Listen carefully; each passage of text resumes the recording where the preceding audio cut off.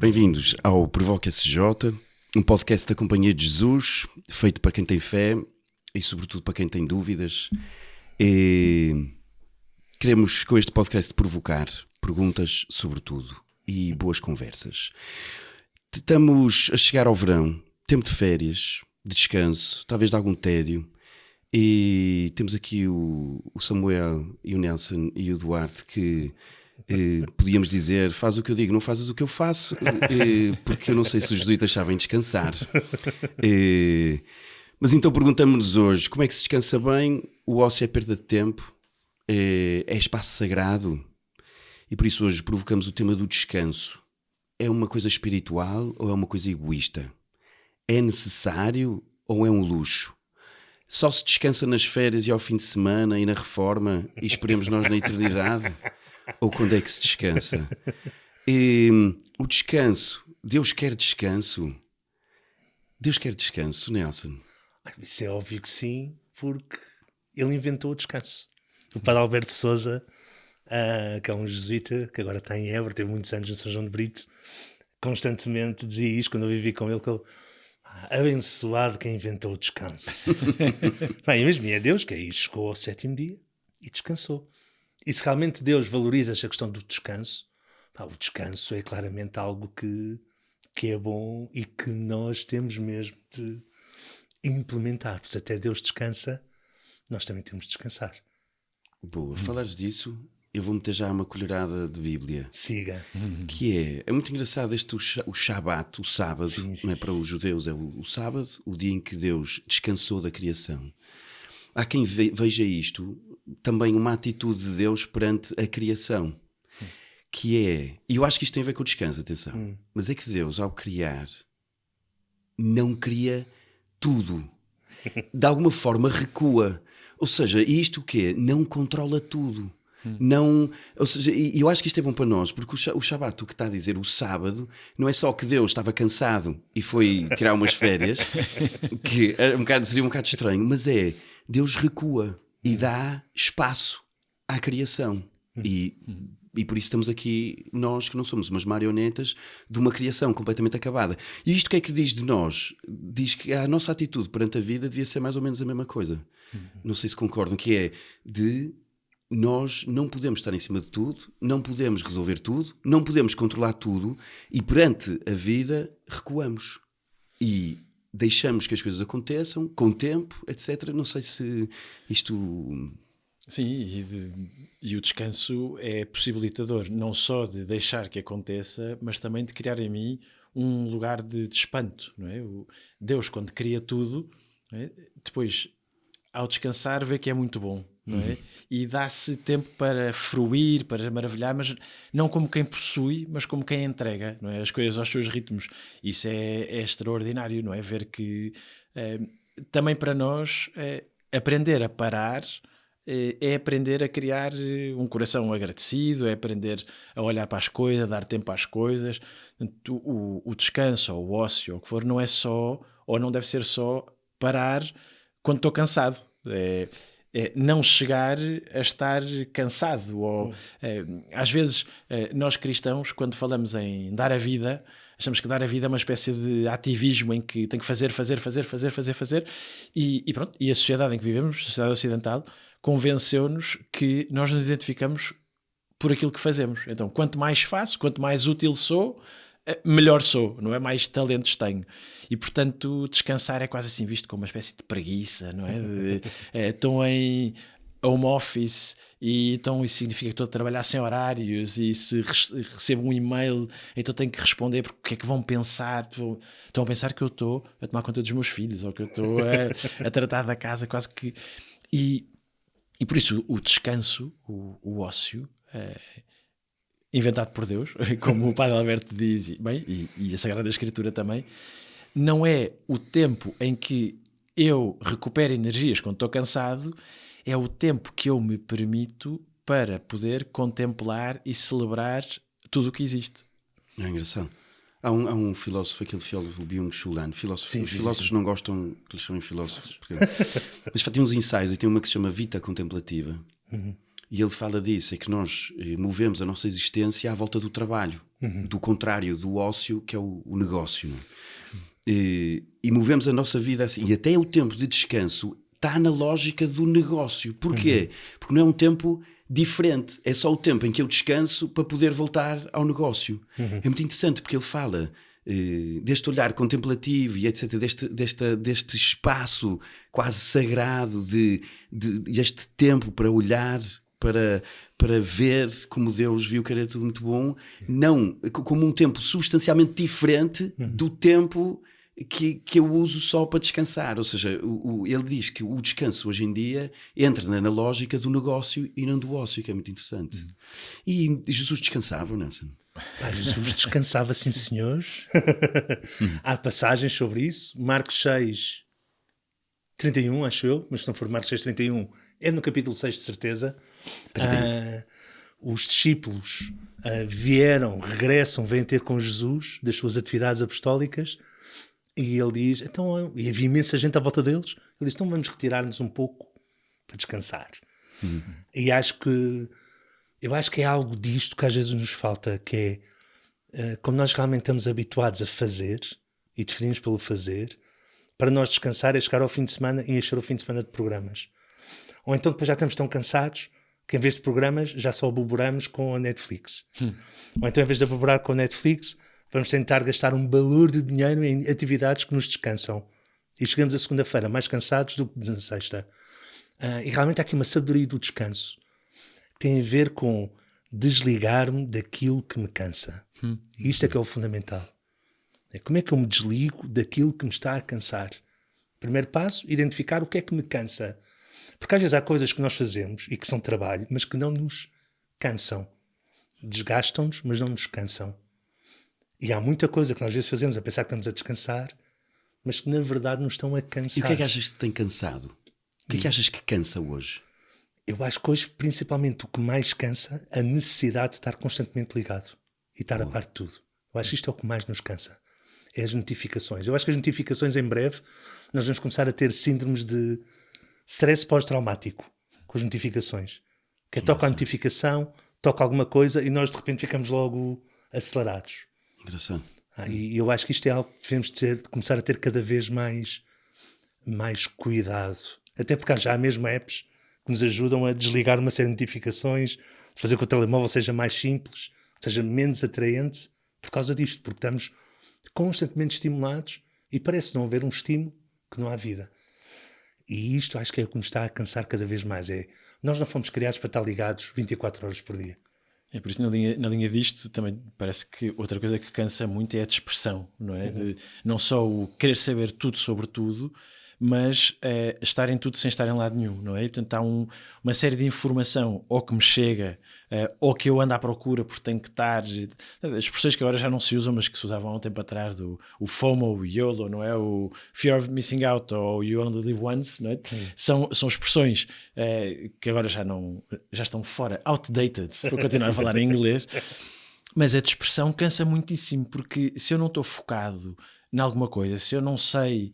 se eu não estou entregue ao essencial das coisas, isso tem que estar em todo lado ao mesmo tempo, não é? Estou no trabalho, mas tenho as redes sociais ligadas e estou a pensar no que tenho que fazer quando chegar a casa, e depois estou em casa e tenho medo que me caia o mail. Ou seja, isto estica-me por todo lado, não é? O Santo Inácio no Diário Espiritual, que é um livro que não é de recomendação de leitura, porque é pelo menos sozinho, é preciso ter um manual de instruções para ler o Diário Espiritual de Santo Inácio, mas no seu Diário Espiritual, Santo Inácio identifica a consolação com o repouso da alma no Criador. Não é? Isto é uma coisa engraçada, ele diz, porque às tantas diz, senti grande consolação ao ver como a minha alma repousava no seu Criador. Os lugares de descanso que nós precisamos têm que ser, de algum modo, criados por nós. Não é? Porque todos descansamos de maneiras muito diferentes. Há pessoas que descansam, objetivamente, a dormir, por exemplo. Há pessoas que precisam de silêncio. Há pessoas que descansam a fazer outras atividades. Há pessoas que descansam na fruição da arte. Que são tudo instrumentos e ferramentas, mas que servem para umas pessoas, não servem para outras. Se eu vou a um museu e me coloco diante de uma obra de arte, isto pode ser profundamente cansativo, porque há um exercício de contemplação, de espanto, que pode cansar. Para outras pessoas não, que se metem ali nas cores, nas texturas. E, portanto, a dispersão, o estar constantemente ligado, é assustador, não é? Porque perdemos a capacidade de criar os nossos sabates, não é? Os nossos tempos de descanso. Sim, e também acho, nessa linha, não só é a questão do cansaço, das coisas todas, mas a mim parece-me que há aqui uma falta de tempo gratuito. De tempo, ou seja, nós vivemos numa lógica de produtividade. Mesmo até nós. Sim. Até o nosso trabalho apostólico, o espiritual é... Quantas pessoas é que estiveram? Exatamente, essa é uma pergunta. A pergunta entre padres é quantas vezes não é... Então, estava muita gente. Pá, o que é que interessa? Mas a questão quanto você quer. Da produtividade, do número, etc. E perdemos, eu acho que o ócio cria um tempo para aquilo que não é produtivo. Que não é. E eu acho isto importantíssimo, porque a nossa vida não tem que ser produtiva. Sempre. Quer dizer, é bom que dê fruto. Mas mesmo o fruto não é simplesmente uma questão de números ou etc. Pois, mas o sinónimo, desculpa interromper o teu raciocínio, mas é que muitas vezes confundimos o fruto ou a produção com sinónimos ou parónimos de utilidade ou inutilidade, não é? E, portanto, se eu meço a vida a partir do que de ser útil ou não ser útil, estrago tudo. Então, como é que medimos o tempo? Porque, sei lá, uma das coisas que podia eventualmente ser uma boa coisa de medir o tempo é o essencial, aquilo que é importante. Não aquilo que é produtivo, mas aquilo que é verdadeiramente importante. Porque se eu posso ter uma vida extremamente produtiva, mas se não cultivo e não me dedico àquilo que é essencial, àquilo que é central, aquilo que é importante, pá, posso produzir muito, mas a vida vai ser pouco fecunda. Mas não achas que há imensa pressão para mostrar resultados? Não digo só entre nós, mas na vida. No trabalho, sem dúvida. Há uma pressão social brutal para aparecer, ou para mostrar que se está ativo, não é? Eu não sei se é só pressão social, eu acho que é uma cultura, mais até do que pressão social de me dizerem tu tens que apresentar isto, acho que é uma cultura que se criou e nós que nascemos dentro disso. E por isso, o tempo, os processos, a beleza, a arte, a contemplação, o gratuito, o espiritual, parece que e vê-se, por exemplo, nas escolas, sim, o tempo que se dedica a coisas não produtivas, tipo música e arte, é ridículo. Comparado com matemática, não, matemática é importante, porque vais ser senhor engenheiro, ou vais ser economista, ou vais ser não sei o quê. Comparado com outras matérias que são muito mais, dão muito mais prioridade. E na verdade, o que é que me parece? Se nós não sabemos descansar, ou se não temos tempo de ócio, perde-se, tornamos-nos muito mais superficiais, porque não temos um olhar profundo sobre as coisas, não temos um olhar criativo, não temos um olhar espantado, como tu falavas, era espantado, sim, era assombrado, sim. Era... Sim. Não sei, eu acho isto um tema importante, não sei se, Nelson, o que é que tu achas? Eu acho que o grande engano é o produto serve para duas coisas, para as contas de calcular e para as máquinas. Nós não produzimos. Não é próprio do ser humano produzir. Isto é uma coisa do século XIX, mas o produzir é uma coisa que é própria das máquinas. E nós não somos máquinas e temos que começar a empurrar e a rejeitar, não ver, esta ideia de que nós somos máquinas e que trabalhamos como máquinas tem mesmo de ser enxovalhada mesmo. Que engraçado, às vezes até a oração, não é? Até a oração se mede como se fôssemos máquinas que temos de produzir ideias e conteúdos, não é? Não tive nada, não aconteceu nada. Depois, ok, está bem, mas nem todos os cafés que eu tenho com os meus melhores amigos são incríveis e espetaculares e terem uma coisa mesmo importante para a minha vida. Eu preciso de 100 cafés com um amigo para no 100º ter aquela conversa. E isto é uma coisa que nos falta. Então nós temos de saltar mesmo da lógica do produto para a lógica do fruto. E rejeito qualquer ideia que possa ser sinónimo de fruto de produto. Porque há coisas que nós conseguimos controlar. Eu posso semear, eu não posso garantir que dê fruto. E isto é que é o próprio, quer de Deus, que se retira, quer de nós que não controlamos. Nós cuidamos da criação, nós não a controlamos. Então este paradigma tem de começar a alterar. Vou acrescentar aqui a história que me ajuda bastante, que é a história de 2 lenhadores. Há 2 lenhadores numa floresta. Um que está ali a botar árvores abaixo o tempo todo com o seu machado, pum, pum, pum, pum, pum, pum, pum. E o outro lá vai deitando umas árvorezinhas abaixo. E o primeiro, que está ali a trabalhar à grande, vai olhando de esgalha e vê que o outro está parado um bocado. Que estúpido. Vais ver, quando chegar ao final do dia eu vou-lhe mostrar. Pronto, ela chega ao final do dia e o primeiro esteve sempre ali a malhar. Chega-se ao pé do segundo lenhador e diz: então, quantas é que mandaste abaixo? O tipo diz: 30. Ele vira-se: 30? 30? Eu estive a malhar o dia todo e só mandei 18 abaixo. E tu paraste, o que é que aconteceu? Ele responde-lhe: sabes, é cada vez que eu parava, eu afiava o machado. E isto é que é o fundamental. Não é só uma questão de descanso, de não fazer nada, é como é que eu estou a preparar-me para ser realmente um cuidador da criação. Boa, pegando nisto, a questão do... Porque parece-me que o ócio, lá está, não é tarde simplesmente de papo ao ar. Existe o descanso de dormir, claramente. Sim, é importante. E é importante. Mas existe um descanso que não é só, lá está, de dormir, porque às vezes não dá, sei lá, no meio das coisas não dá para dormir 9 horas, no 10 campo horas. De férias? No campo de férias, dorme-se 4, com a sorte. Quando se é pai?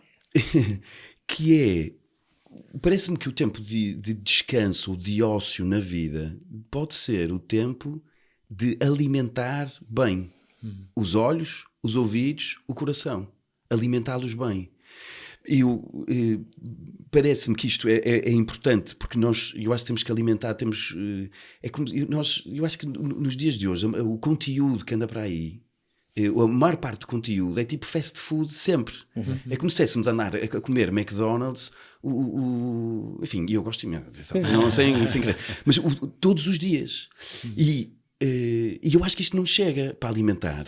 Não chega. E eu acho que é preciso alimentar bem. E eu acho que o descanso, alimentar bem, digo, lá está, coisas que levem tempo, a questão da leitura que temos falado continuamente em casa, a questão de poder até escrever. A Amanda diz: eu não sei escrever. E a minha mãe: já tentaste. Dar um passeio que não seja só para queimar calorias, porque passeio aqueles para olhar, passeios claro. nós hoje em dia transformamos em ir naquele passinho que é para dar os X passos que eu devia dar hoje. Que o meu relógio controla. Eu sou a pior pessoa do mundo, que eu sou obeso, nunca mais acabo. Mas, mesmo assim, não instrumentalize os passeios. Há o tempo de passeio e há o tempo tal da marcha, que é para queimar as calorias e dar os passos que uma autoridade suprema ordenou que nós temos dado. É lá Laudato Si, a encíclica que o Papa Francisco escreveu, associa o tempo do descanso a esta coerência de vida e a este tempo necessário, não é?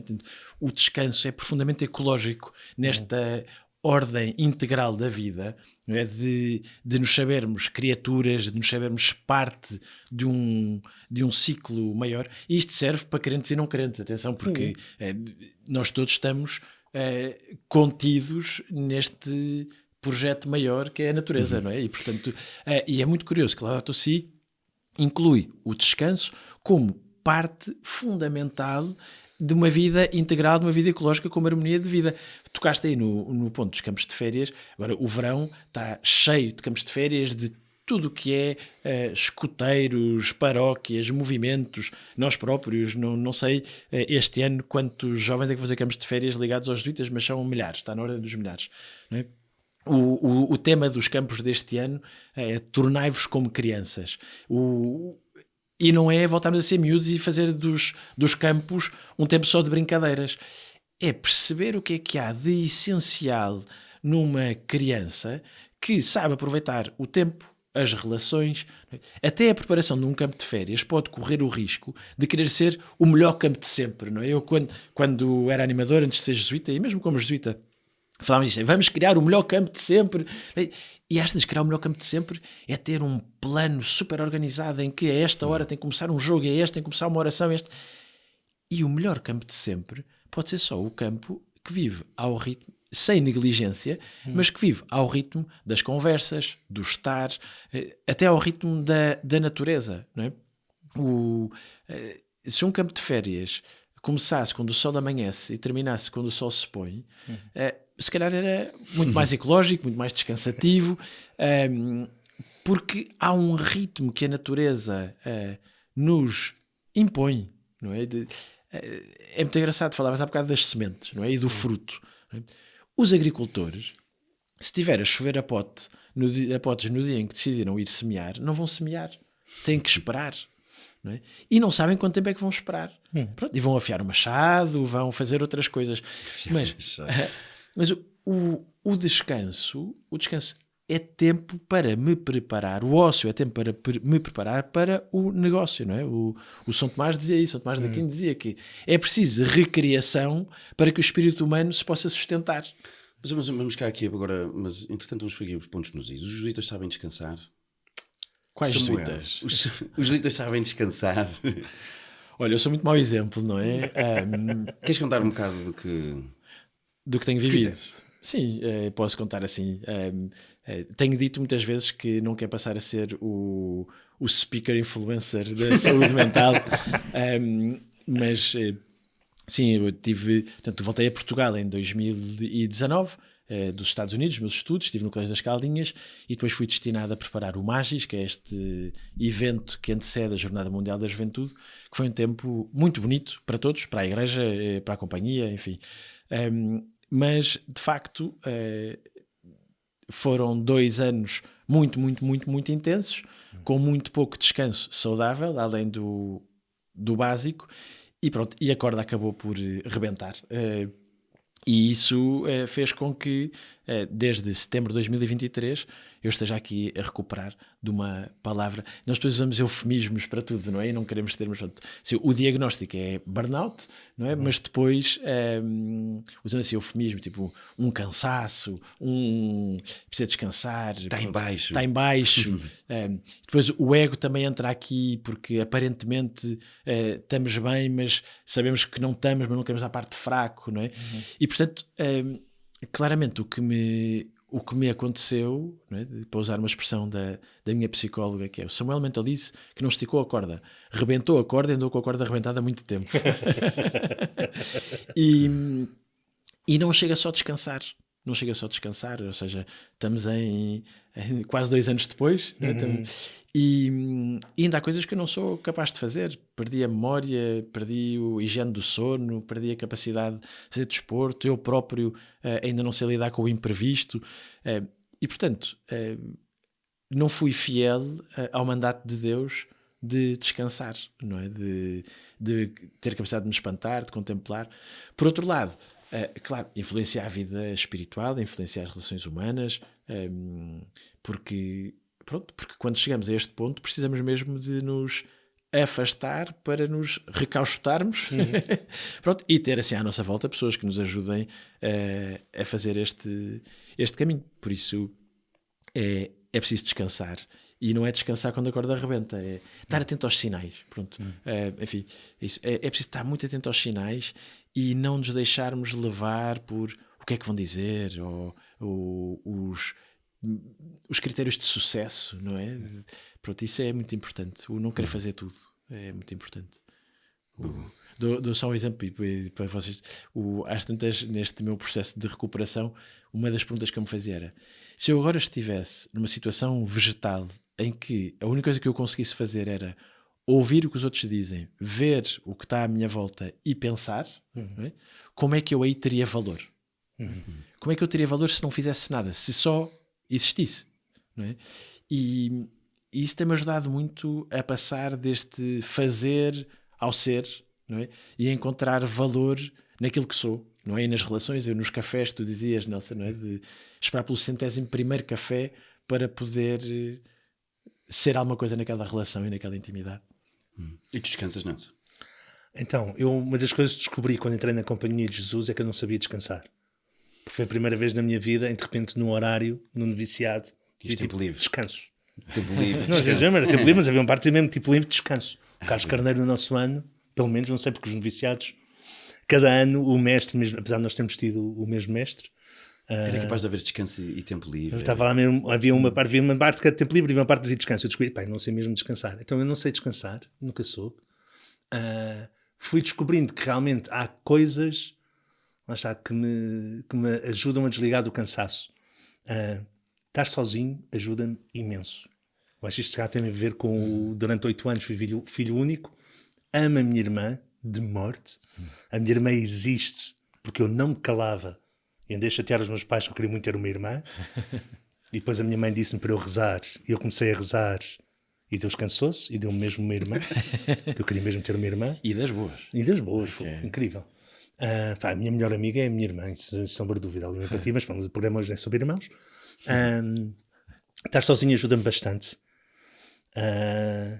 Ajuda-me muito a desligar do cansaço, a dispersar-me ou pelo campo das ideias, lendo, ou séries, ou filmes, ou música, mas aqui geralmente a questão é sempre de ver coisas, encontrar formas de expressão de humanidade que me ajudam a dar a volta ao meu próprio ponto de vista e pessoalmente a ver a profundidade da coisa, quase como uma experiência imersiva, e isso ajuda-me bastante. Quais estas são assim as maneiras como eu encontro de descansar, de desligar-me do cansaço. O estar parado a não fazer nada, a não ser que eu esteja muito cansado mesmo, é uma coisa que me irrita. Provavelmente porque eu estou contaminado pela ideia tem de haver alguma atividade. Mas a verdade é que, entretanto, já está de tal maneira estrutural em mim que eu, de facto, se estiver parado só... Eu acho que nós podemos descansar de formas diferentes. Há malta que adora ir para a praia e ficar lá só. Eu, não. Como é que tu descansas? Como é que eu descanso? Então, eu leio, gosto de ler e descansar literatura. Eu descansava muito a jogar futebol, porque era aquele momento em que eu não pensava em absolutamente mais nada a não ser o futebol, a não ser no jogo. E acontecia também a gravar música, era engraçado. Os 2 momentos em que a minha cabeça ficava só centrada numa coisa e não pensava em absolutamente mais nada durante aquele tempo. O futebol deixou de haver e a música também tem havido pouco, mas a leitura continua. Agora, o que eu acho uma coisa importante que aconteceu desde que viemos para Cernache viver, em setembro de 23, é que logo desde o início ficou claro para nós que queríamos que o nosso ritmo de vida não fosse idiota e não fosse... Pronto, e isto era uma preocupação nossa, até porque este espaço com 12 hectares de quinta, com verde, com árvores, com um lago, ajudava a isso. E porque estávamos os 5, cá estávamos todos na mesma linha, na mesma página. E os 3 cá continuamos na mesma página. Não, mas isto estava a dizer no início. Sim, pronto. Não sei se fui muito bem sucedido, eu acho que sim. Há uma coisa para mim muito importante. Pronto, como sabem, eu não sou propriamente ligado às coisas digitais e ao telemóvel, então a ideia é usar o telemóvel no mínimo indispensável. Ou seja, só o que é essencial. E o essencial é WhatsApp, sobretudo. E na verdade pouco mais, no dia a dia pouco mais do que isso. E então procurar isso e procurar então ter a cabeça liberta desse ruído que vem desse lado. E isso para mim tem sido talvez a maior fonte de descanso, tem sido essa, tem sido um certo silêncio, um certo espaço interior, estar a tentar criar espaço interior. Pronto, porque sem isso também não dá para escrever, por exemplo, não dá para... É mesmo difícil e não dá para ter um olhar assombrado. Lembrando-me da casa, há uma maneira que eu também gosto muito de descansar e que nesta casa é mesmo fácil, acho que é dos nossos sítios, à mesa.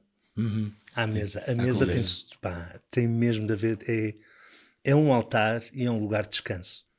E se quiserem, por favor, nem telemóveis, nem tablets, isto é o conselho que eu deixo, nem telemóveis, nem tablets, nem televisões. À mesa. Estejam à mesa. Estejam É. à mesa, sentemos à mesa e falemos. Se não há tema, mais cedo ou mais tarde ele vai aparecer. Vai aparecer, sim. Cernache para mim tem sido um lugar, como o Nelson diz, e nós nos apropriámos, um lugar santuário, não é, que não é só para os outros. Já é o lugar da missão, da casa e também da recuperação ou da convalescença, mas porque há esta mesa, há esta comunidade, há este espaço verde de passeio, de ritmo lento. É engraçado porque ao princípio o Duarte e o Miguel Pedro diziam, quando gravavam, diziam: é pena é aqui sempre o barulho do IC2 a passar, e eu não ouvia os carros quando estava aqui. Ou seja, para mim ter vindo para Cernache é completamente silencioso, porque vinha de Lisboa, de uma missão em Lisboa, muito cansado, ali sim ouvem-se carros e sente-se o metro a tremer na nossa comunidade, não é? E pronto, e à medida que o tempo foi passando, fui ouvindo cada vez mais os carros, mas também fui ouvindo cada vez mais os outros barulhos dos ritmos lentos, não é? E a mesa, sem dúvida, ter conversas. A Inha, não é? Que quando vivíamos cá, a Inha e o João, no início dos 5, quando o Duarte dizia, disse uma expressão uma vez que me ficou profundamente, porque estávamos a falar sobre as pessoas que vinham à nossa casa espontaneamente e que jantavam e que havia sempre comida e havia sempre lugar, e a Inha diz, é porque cá em casa a mesa também faz parte da missão. Estar à mesa faz parte da missão. E de facto esta mesa desta casa foi lugar de descanso para muita gente, porque houve aqui muita gente que conseguiu só estar, rir, desabafar, chorar, encontrar futuro. É um altar sem lados e com lugar para todos, não é? Então temos aqui várias propostas concretas já. O Nelson diz estar à mesa, sem telemóveis, sem tablets, sem televisão. Portanto, estar e conversar. E Ket Nunc, aqui e agora. Aqui e agora. Estar aqui e agora. Eu digo chegar ao ponto em que me consigo espantar pelo que me rodeia, não é? Viver atento. Até quem vive nas cidades, não é? Eu não sei quantas pessoas que vêm a Lisboa ou no Porto se dão conta que no meio das avenidas há árvores e a cor das árvores, não é? Os jacarandás de Lisboa, não é? Têm cores fantásticas, não é? Portanto, o espanto descansa. Sim, eu também vou para esta lógica do telemóvel, que acho que isso rouba descanso à bruta e cansa verdadeiramente e sobretudo ocupa olhos e ouvidos. Portanto, toda a gente fala disto, toda a gente acha que usa demasiado telemóvel, é preciso tomar uma decisão em relação a isso e pronto. E ter tempo de modo avião. Exatamente. Nós há pouco tempo tivemos um encontro de jesuítas e era sobre o digital e cultura digital, e a proposta para o serão da noite foi viver em modo voo. Exato. Que foi os 100 jesuítas que lá estávamos, foi tudo, ou seja, não andámos a recolher telemóveis, somos todos adultos, só pessoal, telemóvel no bolso, e durante 2 horas ninguém olha para notificações, ninguém atende chamadas, ninguém faz nada. É uma maravilha, mesmo fácil de vez em quando assumir que estou em modo voo. Pronto, é porque existe sempre a sensação que estamos a perder alguma coisa. Sim. Ou pode acontecer alguma coisa, mas a verdade é que a maior parte das vezes não estou a perder nada, nem está a acontecer nada, não é? E mesmo se estivermos, quer dizer, nós não somos imprescindíveis, estamos a atravessar a estrada, levamos com um carro em cima e o mundo vai continuar igualzinho, sem nós respondermos aos e-mails e atender as chamadas. E portanto, agora, é isso, é preciso coragem. É preciso coragem para descansar. Eu acho que também é preciso coragem para a oração, porque é uma espécie de ócio, não é? Porque é um lugar diferente do trabalho, não é negócio a oração, mas de ser um tempo de repouso, aquilo que dizias, Samuel, de a grande colação, a ver como a alma se repousa no Criador. Pronto, que a oração possa ter também lugar de um ócio saudável e santo, digamos assim. Podia ser muito bom. E pronto. Eu não me sentia bem sem falar, para além do Vida Contemplativa do Byung-Chul Han, a obra do Byung-Chul Han, que também é pequenina, que é a Sociedade do Cansaço, que na versão inglesa era Burnout, mesmo, da Burnout Society. Pronto, que pode ser para quem se interessar mais pela parte especulativa. Bom livro. Entre nós, Padre Vasco Pinto de Magalhães, isto é quase um pecado não termos falado disto. Só avança quem descansa. Bom livro. Então é um bom livro, fica aí nas sugestões. Bom livro para férias. Obrigado, Nelson, pela sugestão. Obrigado também por estares connosco neste episódio do Provoca SJ. Se esta conversa te provocou, se te ajudou, partilha. É possível que ajude outros. Segue-nos nas plataformas, deixa o teu comentário, deixa até sugestões de temas de que podemos falar. E até lá, bom descanso. Bom descanso. Bom descanso.